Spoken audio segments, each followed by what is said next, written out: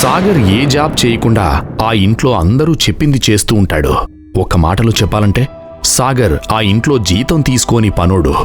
సాగర్ని అందరూ అంత అవమానించడానికి మరో కారణం సాగర్ ఎక్కడ్నుంచి వచ్చాడో, అసలు అతని ఫ్యామిలీ ఎక్కడుందో ఎవరికీ తెలీదు.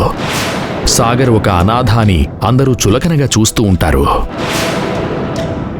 అదేంటి శైలజ, ఇంట్లో పనులు చేస్తున్నావు సరే, కనీసం అల్లుడన్న రెస్పెక్ట్ అయినా ఇవ్వాలి కదా. అల్లుడా గిల్లుడా కొంప మీద కూర్చొని తేరగా తింటున్నాడు. సాగర్, సాగర్, ఎక్కడికి పోయి చచ్చావు? చెప్పతయ్యా. అక్కడ చెప్పులున్నాయి, వెళ్ళి తొందరగా కుట్టించుకునిరా. ఇవాళ సాయంత్రం మిస్టర్ రెడ్డి గారింట్లో ఫంక్షన్ కి వేసుకునే చీరకి మ్యాచింగ్ చెప్పులవి. కొత్తవి దొరకడం చాలా కష్టం. వెళ్ళు వెళ్ళు, తొందరగా కుట్టించుకురా. వెంటనే డౌన్లోడ్ చేసుకోండి పాకెట్ FM.